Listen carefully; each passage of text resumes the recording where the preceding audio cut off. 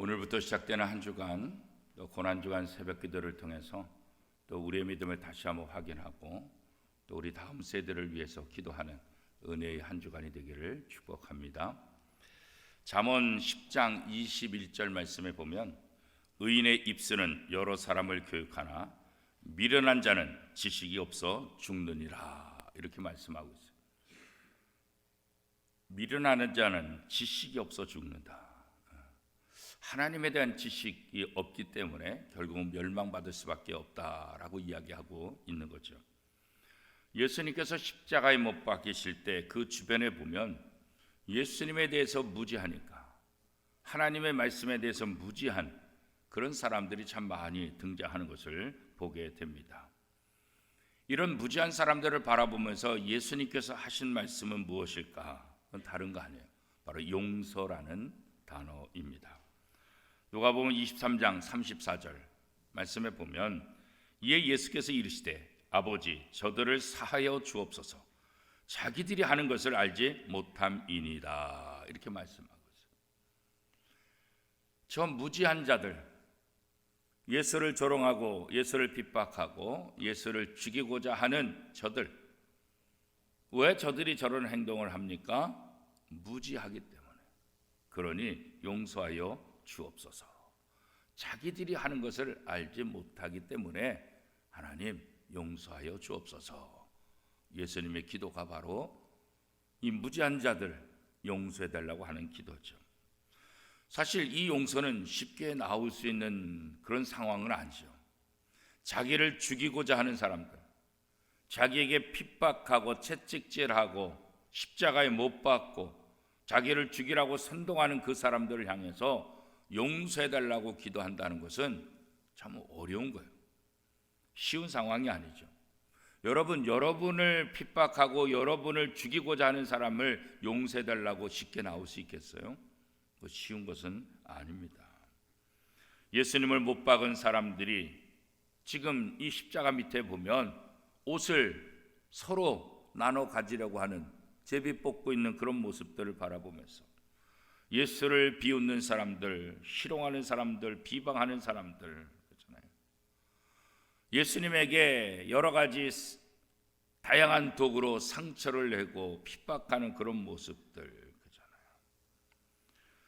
십자가 처형을 통해서 예수 그리스도를 저주하고 그 다음에 수치를 안겨주고, 이 십자가 처형 방법은 아주 서서히 죽이는 방법, 인간이 당할 수 있는 모든 고통을 다 겪으면서 서서히 죽이는 방법, 가장 악한 방법, 가장 무서운 형벌, 그게 바로 십자가잖아요, 그죠? 그런 상황 속에서도 자기를 죽게 한 사람들을 향해서 용서해 달라고 하는 예수님의 모습, 그죠? 성경에 보면 관리들은 예수 그리스도를 비웃었다, 그렇게 말하잖아요. 누가복음 23장 35절 말씀에 보면 백성은 서서 구경하는데 관리들은 비웃어 이르되 저가 남을 구원하였으니 만일 하나님이 택한 자 그리스도이면 자신도 구원할지어다.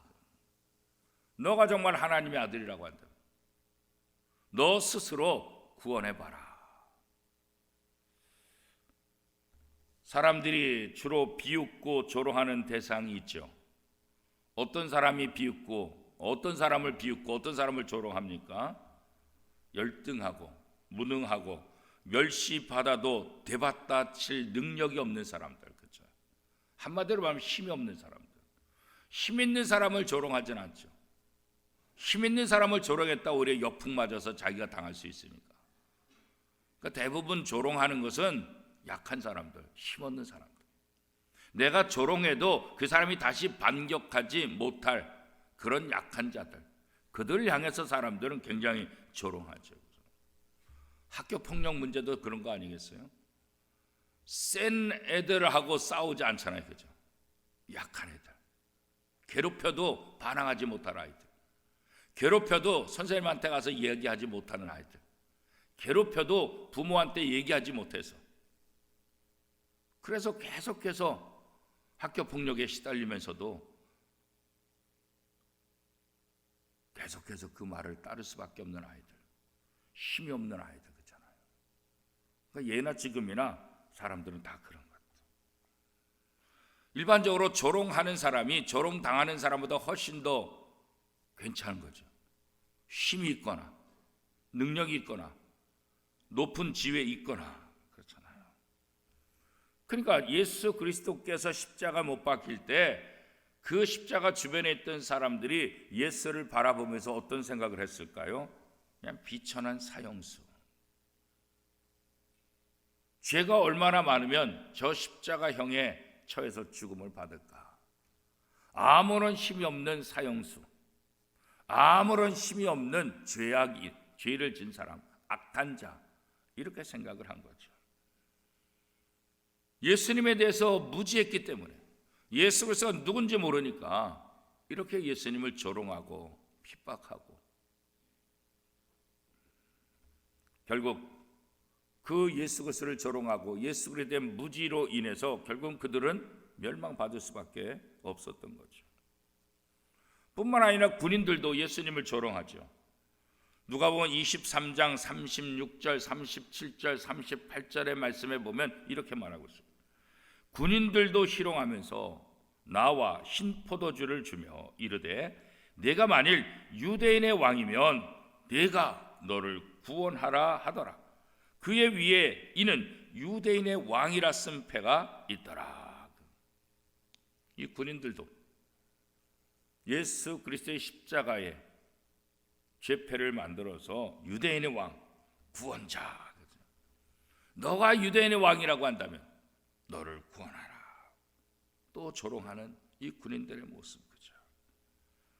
이 군인들의 생각에 너가 왕이라고 한다면, 너가 평상시에 이야기한 대로 구원자라고 한다면 이 모든 사람들 앞에서 그 능력을 한번 발휘해봐라.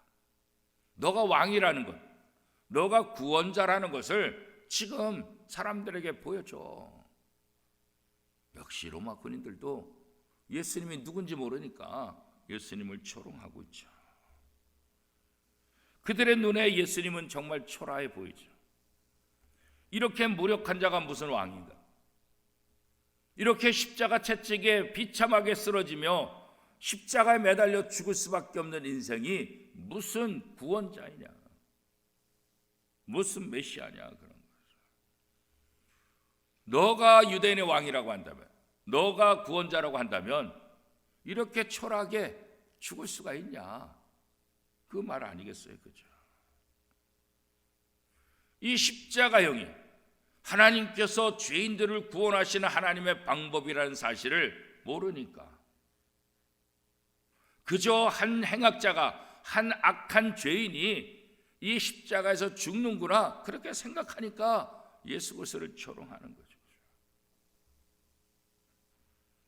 그러나 하나님은 이 십자가에 못 박히신 예수 그리스도를 가장 높은 자로, 가장 모든 사람들을 지배하는 자로 바꿔놓으셨잖아요. 모든 사람이 바로 예수를 주 그리스도라고. 그래서 예수 믿는 모든 사람들은 예수 그리스도를 나의 구주, 구세주라고, 나의 주인이라고 고백하게 되는 거잖아요. 빌립보서 2장 9절, 10절, 11절 말씀에 보면 이러므로 하나님이 그를 지극히 높여 모든 이름 위에 뛰어난 이름을 주사 하늘에 있는 자들과 땅에 있는 자들과 땅 아래 있는 자들로 모든 무릎을 예수의 이름에 꿇게 하시고 모든 입으로 예수 그리스도를 주라 하시나요 하나님 아버지께 영광을 돌리게 하셨느니라. 예수님은 죄인으로서 십자가에 못 박힌 것이 아니라 모든 인류의 죄인들을 구원하시기 위한 그 구원의 방법으로 십자가에 매달렸다는 사실을 이들이 모르니까 예수를 조롱할 수밖에 없었던 거죠. 예수님 옆에 매달렸던 행악자도 예수님을 비방하잖아요. 누가복음 23장 39절 말씀에 보면 달린 행악자 중 하나는 비방하 이르되 내가 그리스도가 아니냐, 너와 우리를 구원하라. 내가 그리스도가 아니냐. 그러면 너 자신도 구하고 나도 구해봐라. 그렇게 얘기해요. 이 행악자도 주변의 관리들, 주변의 군인들, 주변의 모든 사람들, 예수님을 조롱하고 비방하는 그 모든 사람들의 편성에서 이 행악자도 한술 더 뜨고 있는 거죠. 사실 이 행악자는 평생 죄를 지어온 사람 아니겠어요? 얼마나 죄를 많이 졌으면 십자가에 못 박힐 정도로 그런 추악한 죄인. 이 사람은 자기가 평생 지은 죄 때문에 지금 십자가형에 처해 있는 것 아니겠어요? 그렇죠? 어떻게 보면 이 순간이 자신의 일생, 지금까지 죄만 지어왔던 인생에 있어서 그 모든 것들을 바꿀 수 있는 절호의 찬스였는데, 기회였는데, 예수가 누군지 알았다고 한다면 지금까지 죄만 지어왔던 자신의 인생을 한 번에 바꿀 수 있는 좋은 기회였는데 그 기회를 걷어차버리고 예수를 조롱하고 비난하는 그들의 목소리에 함께 편승해서 예수 그리스도를 또 조롱하는 그 모습들, 주의를 좀 더 봤으면 자기 앞에 매달려 있는 이 예수가 누구인지 조금만 더 생각했더라고 한다면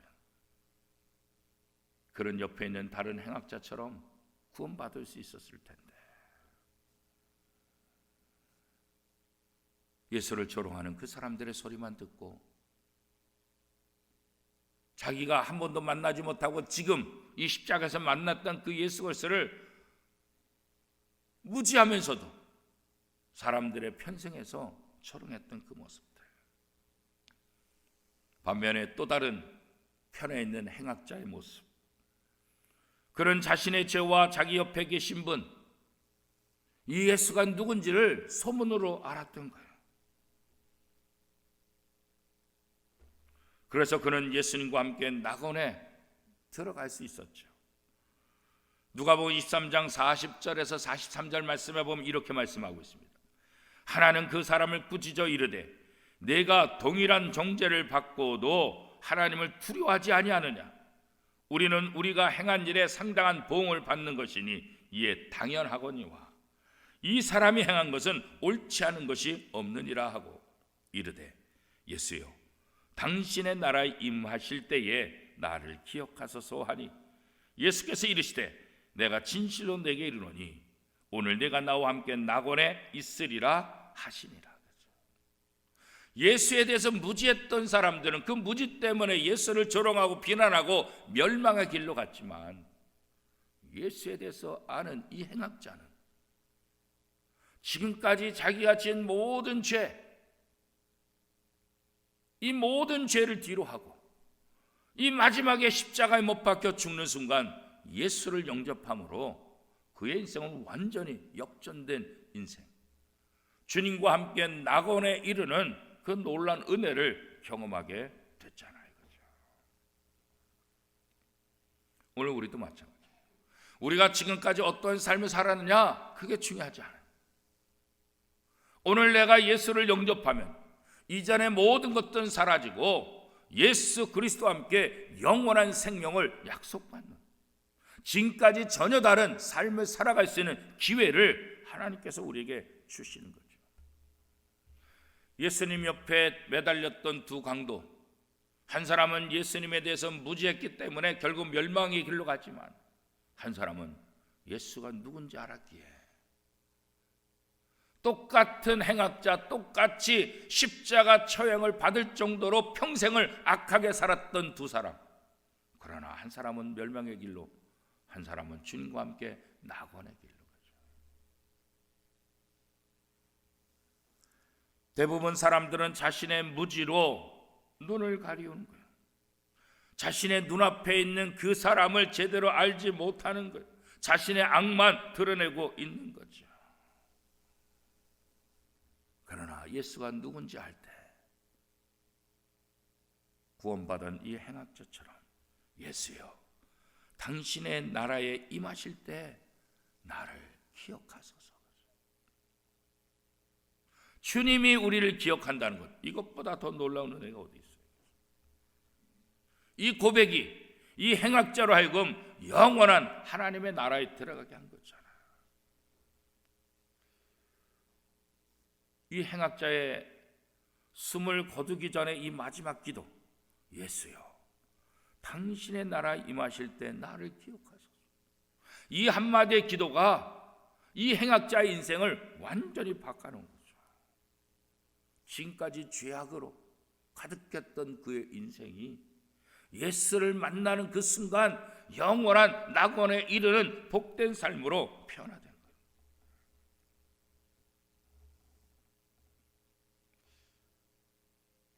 길선주 목사님, 오늘 본문을 해석하면서 예수님은 12 제자 중에 한 사람 가룟 유다를 잃었지만 이 십자가에서 또 다른 제자를 얻었다고.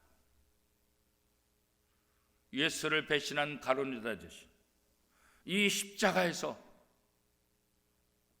자신을 기억해달라고 한 이 행악자를 오히려 예수 그리스도의 제자로 받아들인 것이라고, 그렇게 오늘 본문을 해석하고 있죠. 잃어버린 한 마리 양을 찾는 그 기쁨 거죠. 이 사람이야말로 예수 그리스도의 마지막 제자였을 것이다, 이렇게 보는 거죠. 그래서 예수님이 이 행악자를 향해서 내가 진실로 내게 이르노니 오늘 내가 나와 함께 낙원에 있으리라. 이 은혜가 저와 여러분 속에 넘쳐나기를 축복합니다. 우리가 구원받는데 우리의 능력과 우리의 어떤 것 아무것도 도움이 되지 않아요. 그죠? 우리의 겸손함이, 우리의 나약함이 주님을 향한 그 회개가 우리를 구원하게 되는 거죠. 옛날에 악한 왕자가 통치하는 땅이 있었어요. 그런 다른 나라에 와서 그 땅의 모든 백성을 노예로 만들고 깊은 계곡에 이들을 데려다가 탄광을 만들고 고역을 감당하게 했어요. 왕자는 기차, 철로 또 가교를 세워두고는 매일 아침 계곡 이 끝에서 저 끝까지 이 광산에 노예들을 실어 날랐어요. 이 왕국에서 자유에 있는 단 2 사람뿐이었어요. 그들은 가교를 내려다 보이는 그 자리에 있으면서 멀찍이 낭떠러지기 근처에 이렇게 살았어요. 이들은 이 가교를 바라볼 때마다 혐오했어요. 마침내 이 2 사람은 어떻게 하든지 이 가교를 폭파해서 백성들을 악한 왕자의 노예살이에서 풀어주기로 2 사람이 의기투합했어요. 이 2 사람은 계획을 세웠습니다. 그리고 기도했습니다. 계획을 실행하기로 한 밤이 되었습니다. 그들의 심장은 기쁨으로 고동쳤습니다. 이제 저 광산에서 노예로 취급받는 저들을 이제 우리가 구원한다. 그러나 이 계획이 쉽지는 않습니다. 가교를 지키는 경비병들, 그들의 동선을 파악해서 가교의 취약 지점을 재빨리 찾아서 폭발물을 설치해야 되는데 참 쉽지가 않아요.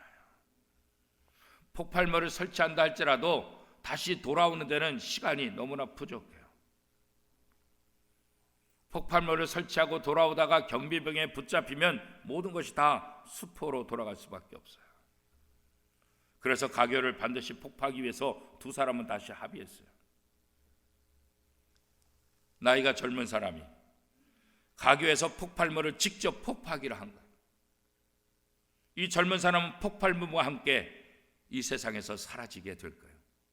그리고 많은 광산에 노예로 붙잡혀온 사람들을 살리게 될 거예요.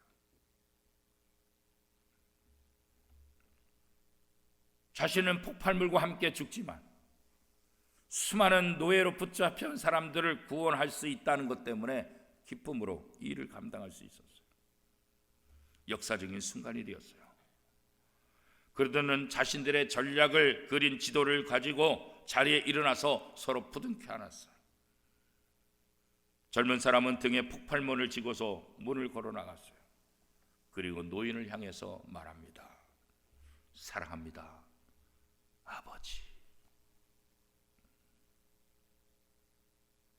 노인은 심호흡을 하며 이렇게 말합니다. 나도 널 사랑한다, 아들아.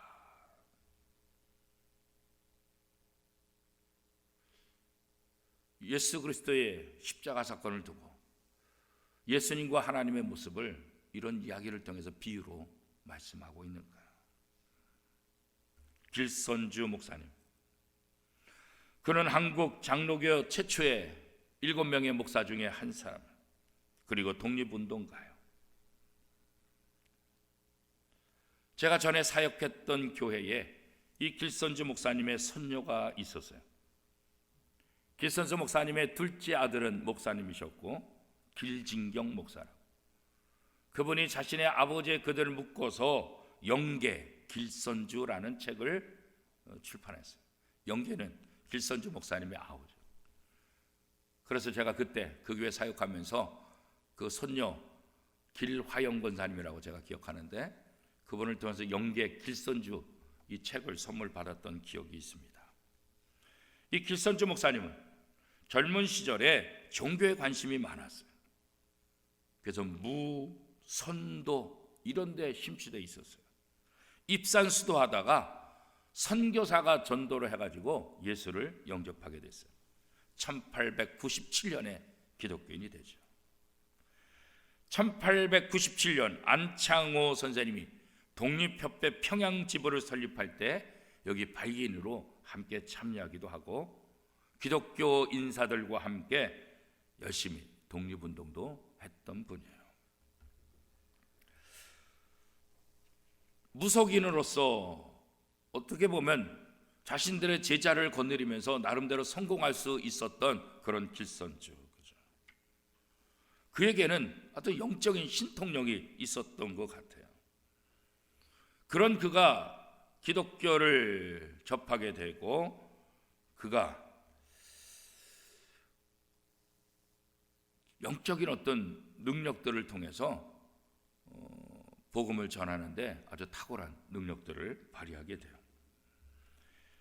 그러다가 1907년 1월 6일 평양 장대현교회에서 사경회를 위한 새벽 기도를 인도하던 중에, 이때는 목사가 아니고 장로 직분을 갖고 있었어요. 이 길선주 장로는 대중 앞에서 자기도 모르게 성령의 감동함으로 회개를 하기 시작해요.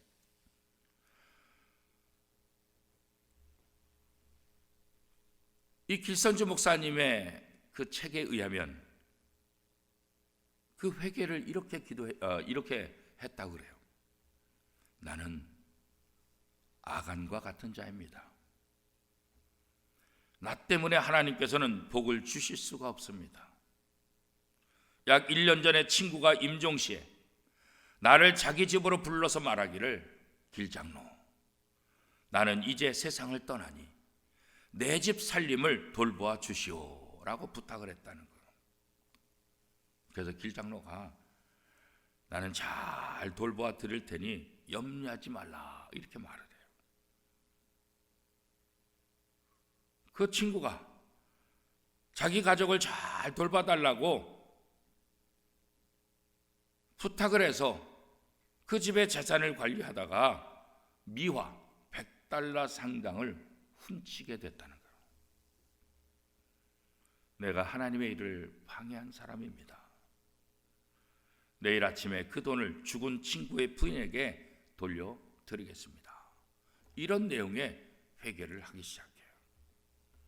이 회개를 통해서 한국교회 최초의 대부흥운동이 일어나게 되는 거죠. 한 사람의 회개로 다른 사람들도 자기 속에 있는 모든 회개가 일어나고, 그 회개를 통해서 평양 장대교회에 있었던 그 놀라운 사람들에게 부흥의 불길이 번지기 시작하는 거예요.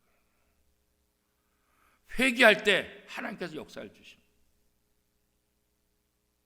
행악자 중 한 사람 회개할 때 낙원에 이르는 그 약속을 받았던 거예요.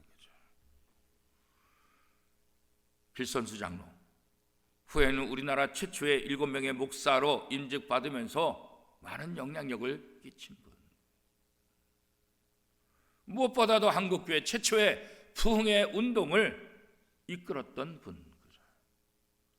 오늘 고난주간을 맞이하면서 다시 한번 우리가 하나님 앞에 회개할 것이 무엇인가, 용서할 때 용서를 받으며 용서할 때 하나님의 놀라운 은혜를 경험하게 되었던 행악자의 모습이나 길선주 목사님의 모습을 통해서 다시 한번 우리 안에 이 놀라운 회개를 통해서 우리도 구원의 감격을 느끼고 죄로부터 자유케됐던 그 기쁨을 누릴 때 우리뿐만 아니라 우리의 자녀들에게, 우리의 옆에 있는 성도들에게 선한 영향력을 끼치게 될 거예요. 교회 창립 50주년을 맞이하면서 다시 한번 우리 안에 영적인 부흥의 운동이 일어나기를 원한다고 한다면 우리가 다시 바로 서는 거죠. 우리가 하나님의 말씀 앞에 바로 서는 거죠. 우리가 죄인이었음을 고백하는 거죠. 우리가 하나님 앞에 아무런 공로 없다는 것을 고백하고 예수 그리스도의 은혜, 예수 그리스도의 사랑을 요구할 때 우리 안에 놀라운 변화들이 일어나게 될 것입니다. 저와 여러분이 우리 원미동교회 부흥의 운동의 시발점이 되고 우리를 통해서 우리 자녀들의, 우리 가정에게, 우리의 후손들에게 영적인 부흥의 운동이 일어날 수 있도록 함께 기도하고 그 길을 걸어가는 저와 여러분의 삶이 될 수 있기를 축복합니다.